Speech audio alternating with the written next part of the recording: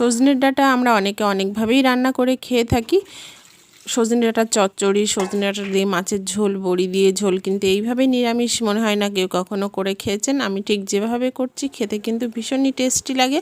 একবার বাড়িতে ট্রাই করে আমাকে জানাবেন কেমন লাগলো। আমি ঠিক যেভাবে রান্নাটা করছি আপনারা কিন্তু সেইভাবেই রান্নাটা করবেন।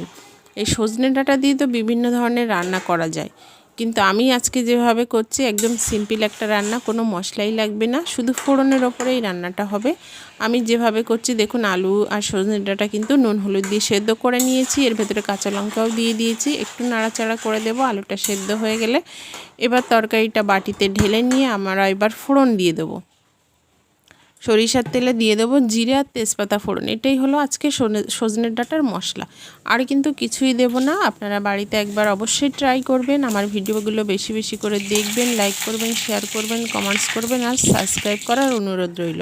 ফোড়নটা হয়ে গেছে, এবার সেদ্ধ করা সজনে ডাঁটাটা ফোড়নে দিয়ে দিলাম, দিয়ে ঢেকে 5 মিনিট মতো একদম ফুল আঁচে রান্না করব, তাহলে কিন্তু রেডি হয়ে যাবে সজনে ডাঁটা আলু দিয়ে নিরামিষ, একদম রেডি। 5 মিনিট মতো ঢেকে রান্না করতে হবে, একদম ইজি রান্না, কিন্তু খেতে কিন্তু ভীষণ টেস্টি। আপনারা বাড়িতে অবশ্যই ট্রাই করবেন আর আমাকে কিন্তু অবশ্যই জানাবেন কেমন লাগলো। একটু নাড়াচাড়া করে ঘুটে দিতে হবে, ঘেটে দিলে আলুটা ভেঙে যাবে আর ঝোলটাও ঘন হবে। আর ঝোলটা কিন্তু এতটা রাখা যাবে না, একটু মাখা মাখা ঝোল, দেখেই বুঝতে পারছেন একদম রেডি হয়ে গেছে সজনে ডাঁটা আলু।